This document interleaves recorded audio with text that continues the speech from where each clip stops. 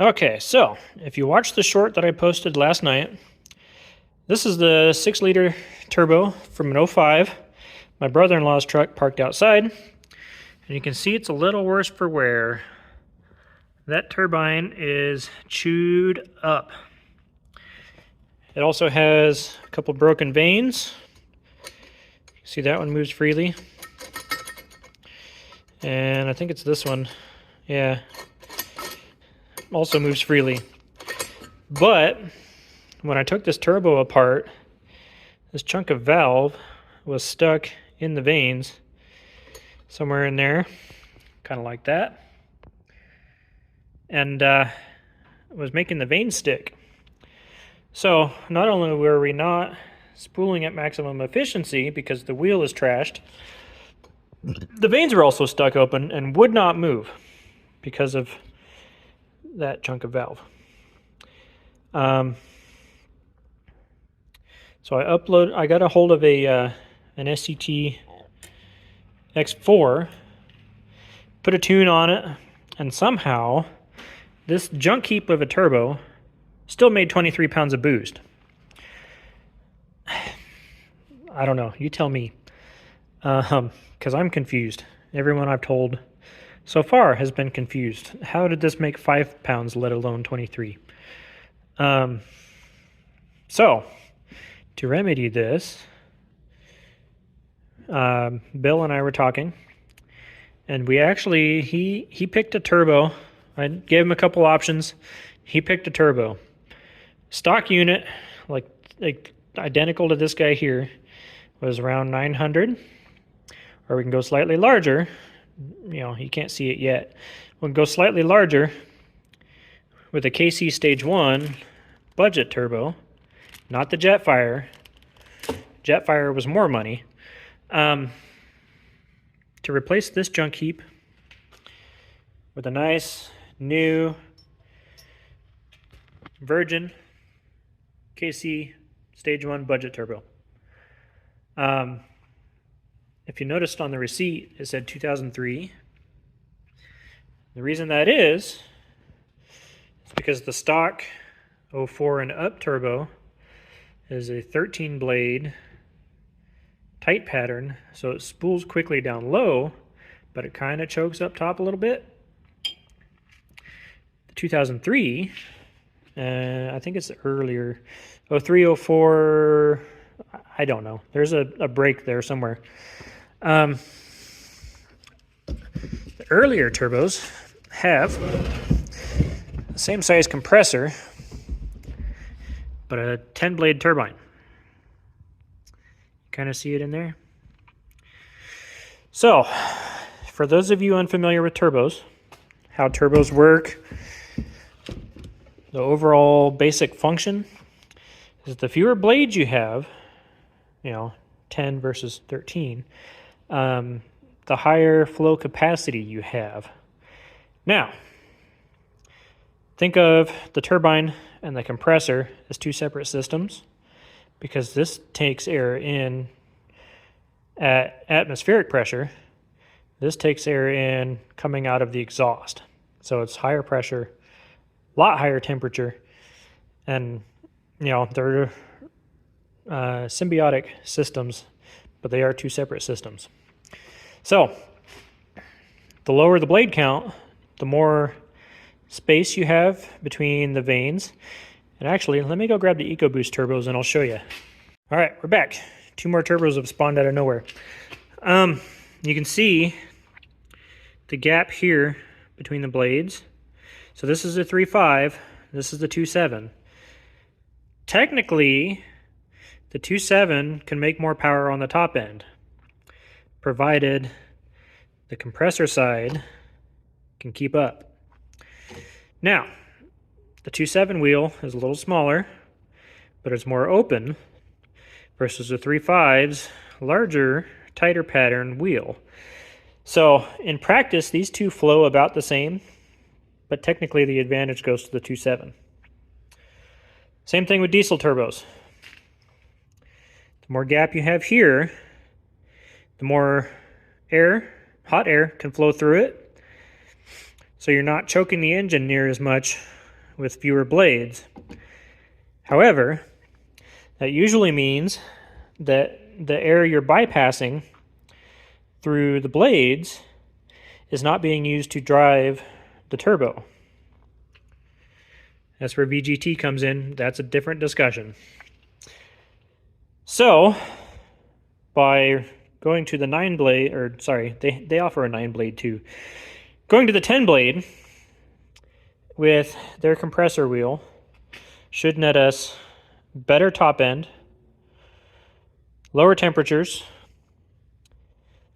and slightly more lag, but I don't think it's going to be noticeable, especially if I can tune around it. And then a little bit more exhaust noise. So the 13-blade actually does spool pretty hard when they're in good shape. This one was super lazy for obvious reasons.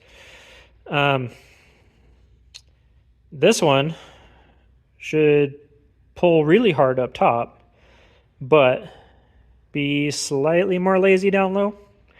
We'll see. We'll get it on there and we'll record some videos. It's dark outside now, and it's like 45, 50 degrees. So that's going to have to wait till tomorrow. But yeah, there's the basics of that. I will see you tomorrow when it's daylight. All right, forgot I had a microphone. So here we are at the truck. As you can see, I have the up pipes as well as the intercooler covered just to keep junk out of them because this thing's been sitting like 2 weeks.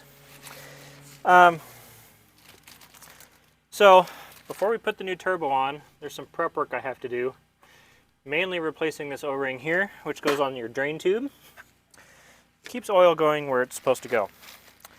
Now, the KC Turbo kit, KC Turbos, comes with an O-ring, gasket, a couple bolts, a couple spacers that I'm not sure where those go, but we'll figure it out.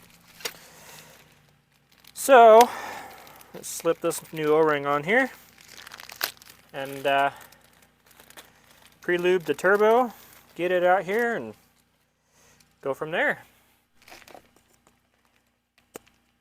Goes on like that. I don't have any oil.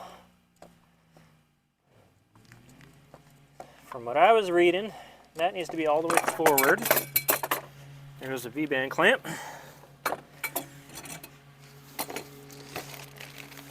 If we look at the instructions, maybe they'll be helpful. Although it's not really instructions. Go figure. Okay. So, let's go into the shop and lubricate the turbo. Okay, slight change of plans, then we'll go into the turbo. So, the kit actually came with all of the O-rings. So there's 2 on your drain pipe, and then 1 on your feed pipe. A couple extra screws, I don't know what they go to. Figure it out as we go. So this guy just slips in right there.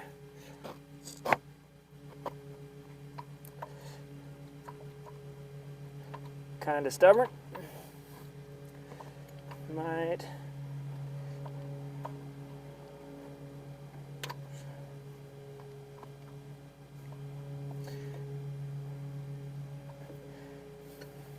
there we go. Kind of like that. And then the rest of this hardware we will figure out. So let's go into the turbo.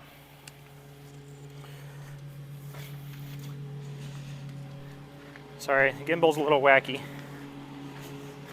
Don't mind the neighbors getting one more mow in before it decides to snow on us.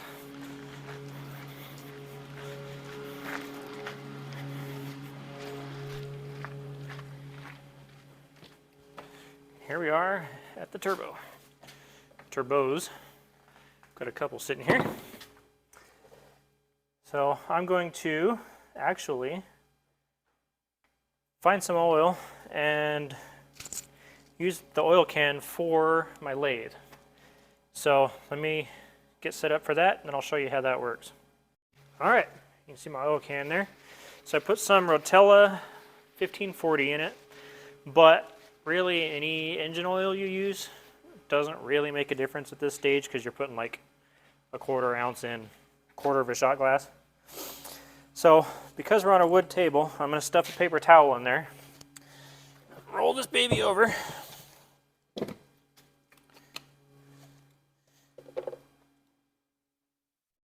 Okay, yeah. And then I'm just going to squirt some of this engine oil down in the turbo. What this does is it lubricates the journal bearings inside the turbo in order to prevent a dry start. Dry start on bronze bearings is really hard on things. Excuse me. And you don't want it, obviously. You wear your bronze bearings out. On, say, a, what's the word I'm thinking? On a ball bearing turbo, slightly less critical because they don't take that much oil. They don't rely on the oil film in order to function correctly. But on the journal bearing turbos, it's critical. Let me find some degreaser, and then we'll degrease that housing. We're ready to set it in the truck. Acetone, that'll work.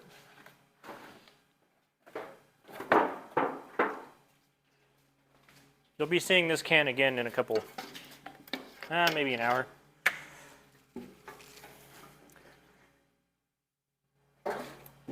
Ow! That's a new wound. Ah!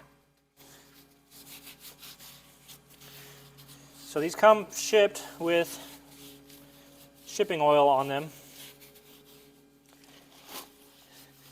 And shipping oil burns off. So by the time, yeah, it's the same flange. By the time you have the heat in your components, your fingerprints are already burned into it. I don't want that. Not that I'm paranoid about my fingerprints, but it just looks trashy, in my opinion.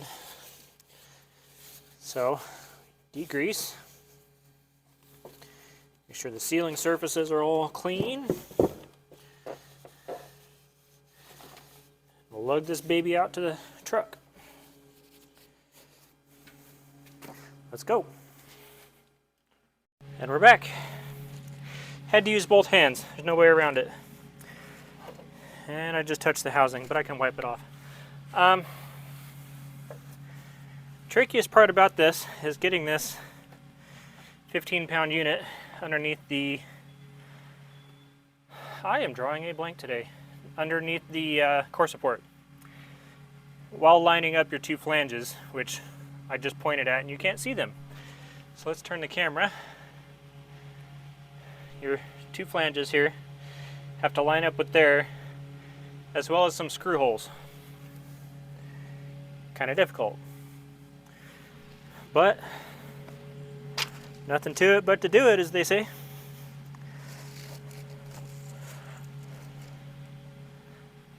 Get my wallet out of my pocket so I can move. There we go.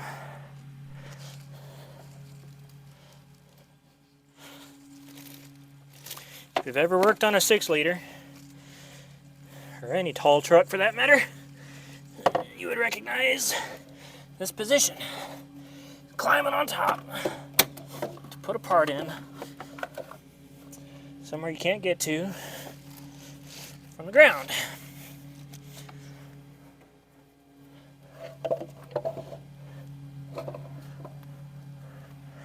And yes, before you ask, the batteries are disconnected, both batteries.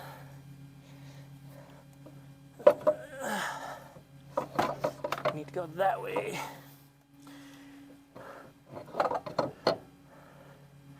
I was on the pipe.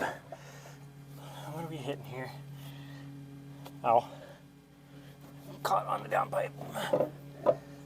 Here's one.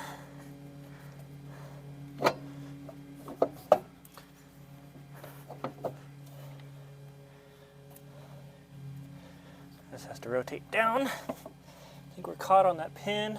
Yeah. Okay. There's one, there's two. All right, so the fun part, lining up the up pipe. Down pipe's not so difficult. It's a little smaller.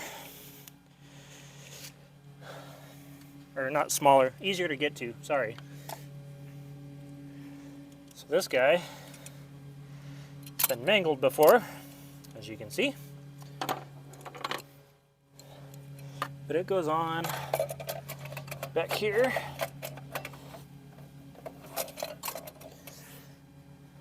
Oh, we're in position, but we're not on the drain pipe.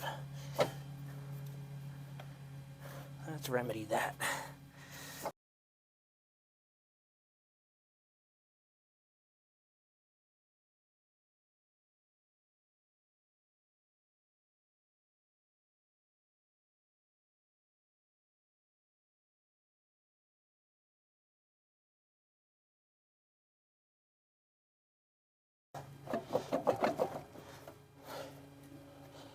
See, we're on the oil pipe, on the pedestals. Get this clamp on here.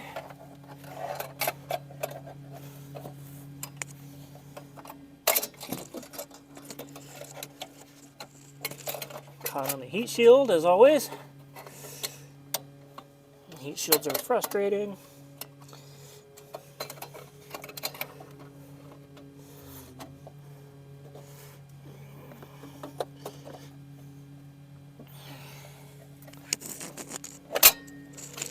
There we go.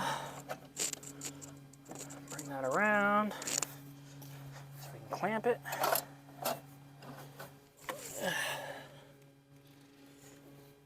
Are we lined up? I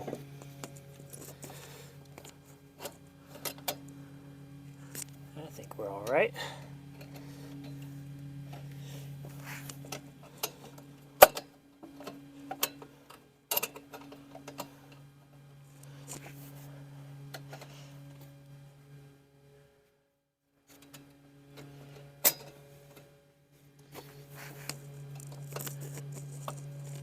Yep, there it goes. Okay. T-bolt right there. Slips into the tension right there. And that goes on top of that.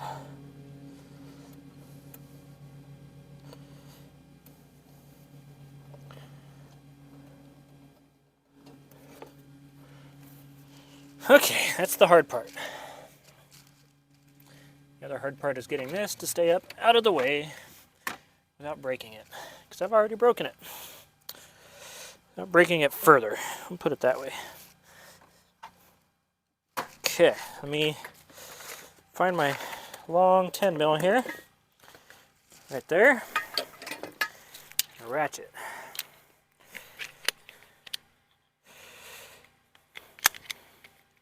Most of the time, these extending ratchets are kind of frustrating, but when you need that extra leverage, they're pretty handy. Not that I really need it in this specific case, but oh, these are 7/16, aren't they?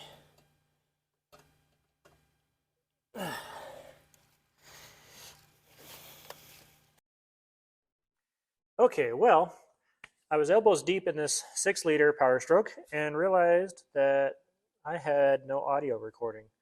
Apparently my microphone had died, and I hadn't noticed till I was done and had the turbo installed. So I had to go back and re-record a couple of different things. But in the meantime, I guess I'll just time-lapse this and throw some music on. Enjoy!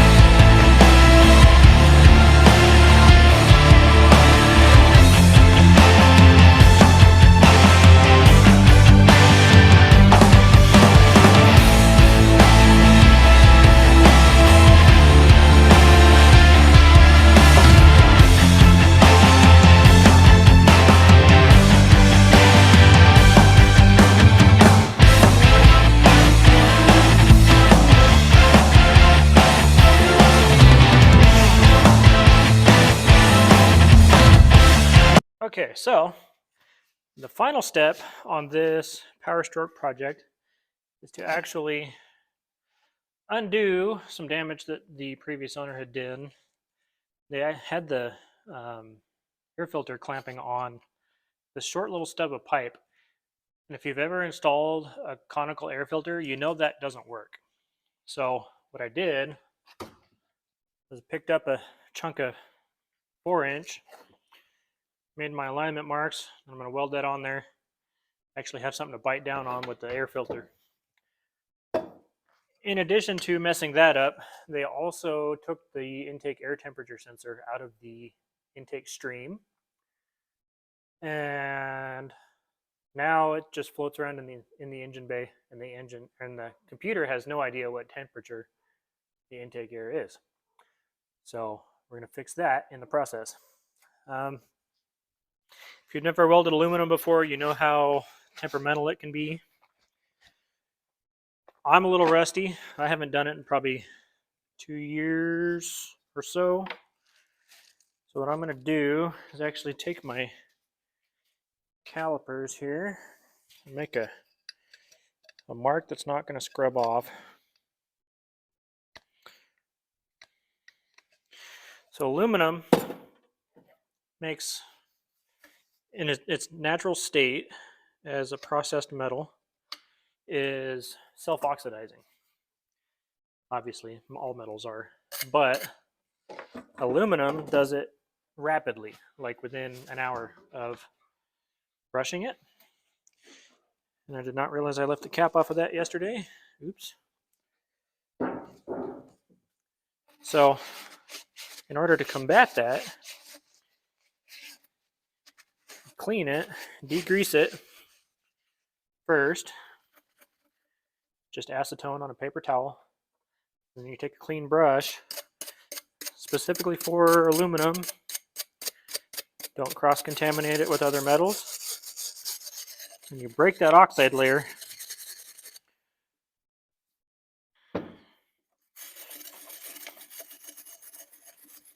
In order to get down into the metal cleanly, makes for a nicer weld. Stronger weld too, at that. So, give this a good scrub.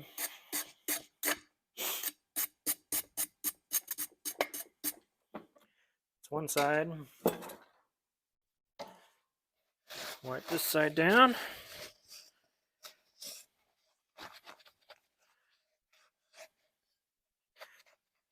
Through practice, I've noticed that Sharpie marks will turn a weld blue, whether it's on aluminum or steel or what have you.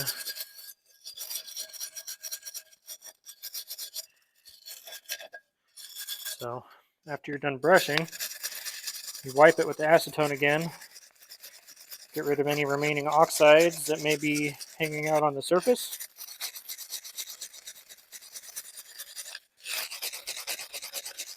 Then you're good to weld. Because this is such a weird angle, I'm going to have to tape it so I can tack it. Once it's tacked, I can get going on it.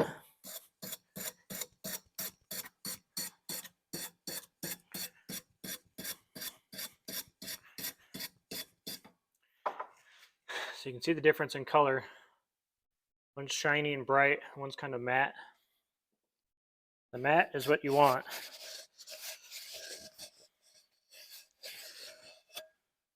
The extra material coming off there. Wipe this one down.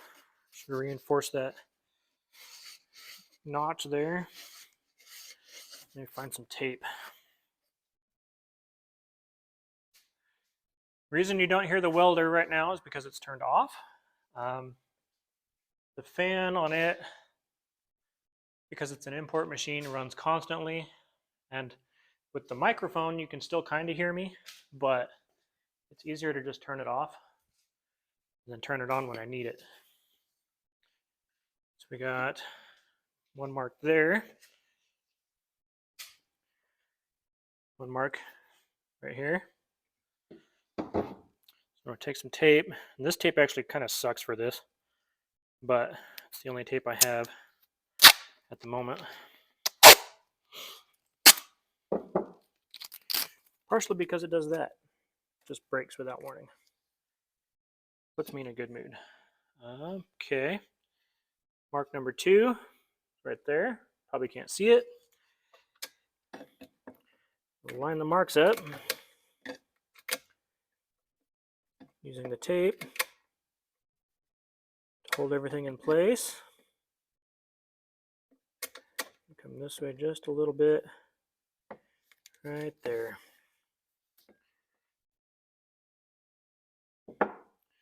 So now my 2 marks are lined up right here. And I'll drop a tack right there to hold everything in place. So I'm going to fire up the welder, put my gloves back on, and you guys probably won't be able to hear me.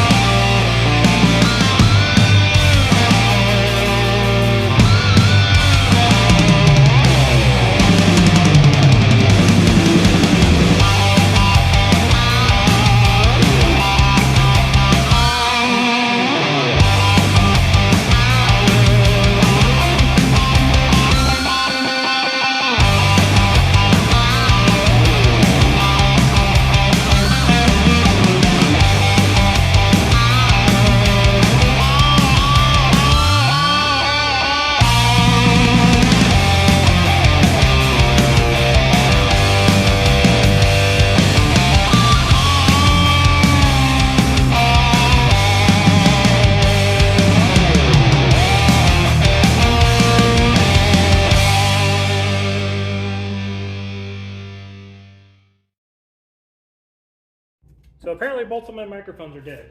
The one is charging in the 6-liter Power Stroke, this intake here that I just showed you guys.